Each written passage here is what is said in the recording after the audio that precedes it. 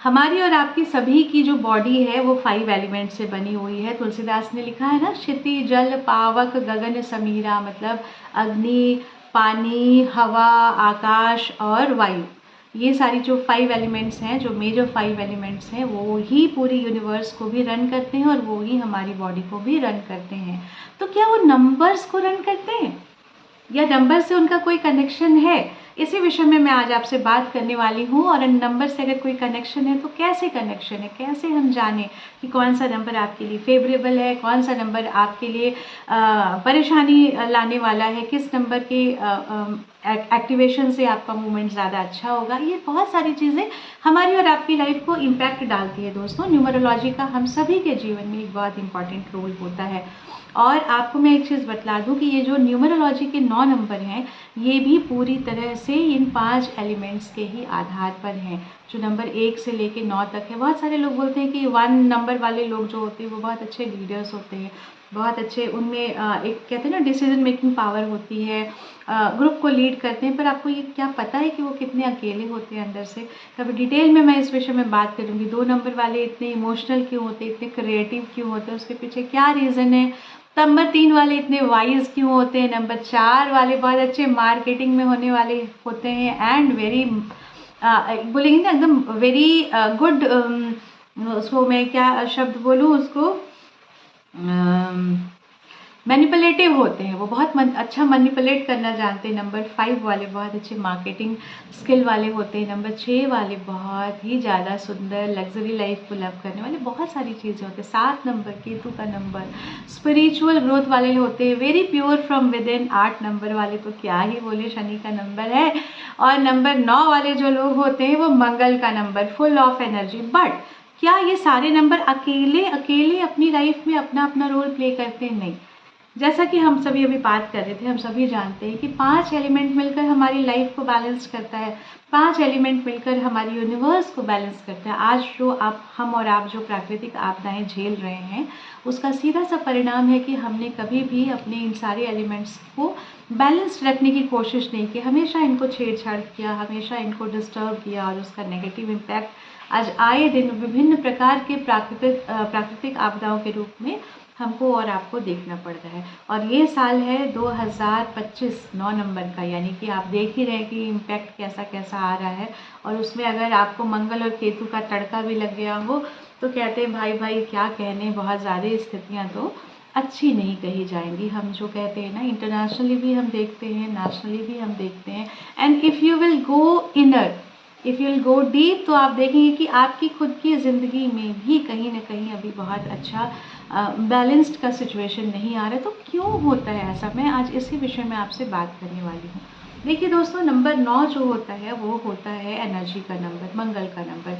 Mars से ही ज़िंदगी शुरू होती है। अब एस्ट्रोलॉजी में भी अगर जिनको थोड़ा बहुत इंटरेस्ट होगा, जो पढ़ने में रुचि रखते हैं, तो इनिशिएशन का नंबर यानी कि जन्म का नंबर भी जो है कालपुरुष की कुंडली के अनुसार वो मंगल जन्म देने वाला भी होता है। और मंगल जो होता है वो 8th हाउस का लॉर्डशिप भी रखता है, यानी कि उसको वो 8th हाउस का ऑनरशिप भी रखता है। तो वो जन्म और मृत्यु दोनों से कनेक्ट है। मतलब आप विध्वंस के लिए भी मंगल को जिम्मेदारी दे सकते हैं और मंगल को आप किसी चीज़ की इनिशिएशन के लिए भी जिम्मेदारी दे सकते हैं। तो अगर आपका मंगल आपकी जन्म कुंडली में अच्छा है, या यूँ कहूँ, अभी मैं जो चूँकि न्यूमरोलॉजी से बात कर रही थी, तो अगर आपके बर्थ चार्ट में या आपकी जो रूटीन लाइफ में या किसी भी तरह से अगर आप 9 नंबर बहुत ज़्यादा इनकलकेट करते हैं अपनी लाइफ में, तो आप देखेंगे कि अगर आपकी कुंडली में मंगल फेवरेबल है, then only this will give you a very good result. Otherwise अगर आपकी कुंडली में शनि ज़्यादा प्रधान ग्रह है, शनि ज़्यादा इम्पैक्टफुल है, ज़्यादा लीड कर रहा है, और आपके न्यूमरोलॉजी के अकॉर्डिंग आपका नंबर, चाहे आपका आपके घर का नंबर हो, आपके व्हीकल का नंबर हो, आपका बर्थ नंबर हो, आप कहते हैं ना आपका बहुत मेरे लिए लकी नंबर हो, वो हमेशा लकी हो, this is not at all important, it is not at all necessary all the times. हालांकि हम सभी जब जन्म लेते हैं तो हम मृत्यु निश्चित रूप से लेकर आए हैं, बट अगर हम अपनी उस एनर्जी को चैनलाइज कर पाते हैं, अगर नंबर्स को हम अगर थोड़ा सा बैलेंस्ड कर पाते हैं, तो बहुत हद तक टेम्पररी ही सही, पर हम अपने जो नेगेटिव इम्पैक्ट को है थोड़ा बहुत कम कर सकते हैं। इसी तरह 1 से लेकर 9 नंबर तक में मैं आपसे और अलग अलग बातों पर डिस्कशन करूँगी। अगर आपको मेरी बातें अच्छी लगती हैं तो मेरे चैनल को vastu vision with astro Padma को आप थोड़ा-सा प्यार दीजिए, अपना शेयर कीजिए, लाइक कीजिए, सब्सक्राइब कीजिए। और अगर नंबर में आपका इंटरेस्ट है तो मैं न्यूमरोलॉजी के भी बहुत सारे टॉपिक्स में हम लोग आपस में बातचीत करेंगे। तो मैं आपको बताऊँगी कि किस तरह से छोटी-छोटी चीज़ों को बैलेंस करके, छोटे-छोटे चीज़ों में एडजस्टमेंट करके हम क्विक इंस्टेंट रिएक्शन पा सकते हैं। हालाँकि everything is based on your जन्म कुंडली। इस चीज़ को कभी मत भूलिएगा। दोस्तों, हम सभी क्या करते हैं ना, जब हमारे साथ सिचुएशंस आउट ऑफ कंट्रोल हो जाती है तब हम किसी अच्छे एस्ट्रोलॉजर के साथ कनेक्शन बनाते हैं, तब हम उनसे कंसल्ट करते हैं। बट आई टेल यू कि जो ज्योतिष है ना, उसको वेदों का नेत्र माना गया और आँखों का क्या काम होता है, दिखाने का। तो अगर आप अपने आने वाले समय को पहले से ही जान जाएंगे, भांप जाएंगे कि ये समय हमारी ज़िंदगी में अच्छा है या ये समय हमारी ज़िंदगी में थोड़ा लो रहने का है, तो यहाँ पर ज्योतिष का आपको बहुत बड़ा सहारा मिल सकता है। इसीलिए मैं हरदम हर किसी को, मेरे जितने भी क्लाइंट्स हैं, फ्रेंड सर्कल हैं या जो भी मेरे संपर्क में आने वाले लोग हैं, मैं उनसे हमेशा कहती हूँ कि आप आँख बंद करके ज्योतिष पे भरोसा मत कीजिए। ज्योतिष आँख खोलने का काम करता है। एंड न्यूमरोलॉजी हो या वास्तु हो या और भी जितने भी इसकी अलग अलग विधाएं हैं, ये सभी इसके ब्रांचेज हैं, but the root is your astrology. तो एस्ट्रोलॉजी के जो सही तथ्यपरक चीज़ें हैं उन पर भरोसा कीजिए। एक एस्ट्रोलॉजी में एक अच्छे एस्ट्रोलॉजर के साथ कनेक्ट होइए और आने वाली चीज़ों को पहले से ही प्लान कर लीजिए, ताकि भविष्य में अगर आपके पास समस्याएं आने वाली हैं तो हमको पता तो होगा कि अगर मान लीजिए 100 मीटर या 200 मीटर अगर हम ड्राइव कर रहे हैं, अगर हमको, मेरे पास मैप है, अगर हमको लोकेशन पता है कि भैया 100 मीटर तक हमको रास्ता बहुत ख़राब मिलने वाला है, उसके बाद हमको अच्छे रोड, अच्छी सड़क मिल जाएगी, तो क्या हम नहीं उस 100 और 200 किलोमीटर जो भी हमारा ख़राब रूट वाला एरिया है उसमें हम संभाल के अपनी गाड़ी चलाएंगे। तो जीवन की गाड़ी को ऐसे ही संभाल कर चलाइए और एस्ट्रोलॉजी को एज अ टॉर्च आप यूज़ कीजिए। एस्ट्रोलॉजी पर अंधभक्ति मत कीजिए, एस्ट्रोलॉजी पर आँख खोल कर भरोसा कीजिए। और एस्ट्रोलॉजी का ही बहुत सारा ब्रांच है, यानी कि उसी से निकली हुई अलग अलग शाखाएं हैं। हस्तरेखा हो या वास्तु हो या न्यूमरोलॉजी हो, हर चीज़ कहीं ना कहीं एक दूसरे से इंटरलिंक्ड तो ज़रूर है। तो इसलिए ये बिल्कुल मत सोचिए कि वो चीज़ टोटली अलग है, मैं कुछ ऐसा मिराकल कर दूंगी, आपको न्यूमरोलॉजी में जाके नाम चेंज करके बहुत बड़ा सा कुछ चेंजेस होने वाला है। अगर आपकी जन्म कुंडली में ये चीज़ें हैं तो आपको इसका फ़ायदा मिलेगा, अगर नहीं है तो आपको इसका फ़ायदा नहीं मिलेगा। बट इतना ज़रूर है कि आप टेम्पररली अगर आप न्यूमरोलॉजी का सहारा लेते हैं along with your vastu and astrology, तो आप देखेंगे कि जीवन में जो कठिन परिस्थितियां हैं वो थोड़ी कम आएंगी। आएंगी तो ज़रूर, अगर लाइफ में है लिखा हुआ हमारी कुंडली में तो वो तो आएंगी ही। उसको कोई भी दुनिया का एस्ट्रोलॉजर चेंज नहीं कर सकता है, केवल आपके गुरु में वो क्षमता है कि गुरु के आशीर्वाद से आप उस चीज़ को बदल सकते हैं। But here I was talking about numerology.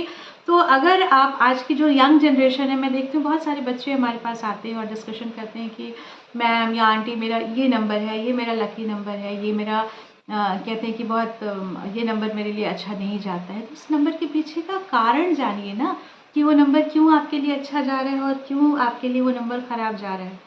मतलब अगर आप पैरासीटामोल लेके अपने बुखार को दबाना चाहते हैं तो दिस इज़ योर विश। अगर आप सही में अपने रोग को जानकर उसका निवारण करना चाहते हैं तो please do go to a good astrologer, किसी एक अच्छे ज्योतिष के साथ संपर्क कीजिए। ज़मीन खरीद लेने के बाद, उसमें घर बनवाने के बाद उसका वास्तु विजिट मत करवाइए। बिफोर दैट ओनली जस्ट एक कंसल्ट कीजिए एक अच्छे एस्ट्रोलॉजर से, एक अच्छे वास्तु कंसल्टेंट से। अगर आपकी न्यूमरोलॉजी में बिलीव है तो एक अच्छे न्यूमरोलॉजर से कंसल्ट कीजिए, बट इसको एक टॉर्च की जैसा जीवन में काम लाइए और निश्चित रूप से दोस्तों आप इसका सुखद और अच्छा परिणाम लेंगे।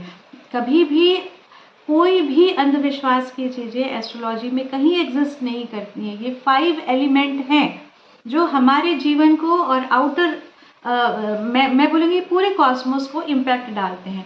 तो क्यों नहीं हम उन चीज़ों को बैलेंस करते हैं, क्यों हम की छोटी छोटी रेमेडीज़ के पीछे भागते हैं जिसका कभी प्रभाव पड़ेगा भी और कभी नहीं भी प्रभाव पड़ेगा। क्योंकि अगर हम जड़ से किसी समस्या का समाधान कर लेंगे तो क्या आपको लगता है कि वो समस्या दोबारा आपके जीवन में प्रभावी होगी? इसीलिए दोस्तों आज मैं इस वीडियो के माध्यम से आपसे ज़रूर ये बातें करना चाहती हूँ, बताना चाहती हूँ कि न्यूमरोलॉजी को शॉर्ट टर्म के लिए अपनी लाइफ में लाइए, उसको यूज़ कीजिए, अपनी कुंडली को एक मुख्य आधार मानिए और एक अच्छे एस्ट्रोलॉजर को अपना सलाहकार मानिए। अपनी फैमिली, अपने रूट, अपने कल्चर से कभी मत मुड़िए और एक अच्छे पथ प्रदर्शक यदि आपकी ज़िंदगी में मिलते हैं तो एक अच्छे गुरु के रूप में ही मिलते हैं। तो जीवन में अपने गुरु के महत्व को समझिए। गुरु का मतलब बहुत विशाल होता है, कभी इस पर चर्चा करूँगी कि आप गुरु के सानिध्य में कब जा सकते हैं, गुरु से आपको कब कहते हैं उनकी कृपा कब प्राप्त हो सकती है। बहुत सारा वास्ट टॉपिक है, इन विषयों पे बाद में बातें करूँगी। आज जो numerology as a torch bearer, आप अपने घर की नंबरिंग जो रखते हैं उसमें आप अपनी न्यूमरोलॉजी को बैलेंस कीजिए। कुछ अच्छे काम के लिए जा रहे हैं तो अपने नंबर्स को ज़रूर देखिए along with your birth chart. Never ignore your birth chart for any reason. Do take care of yourself. Good bye.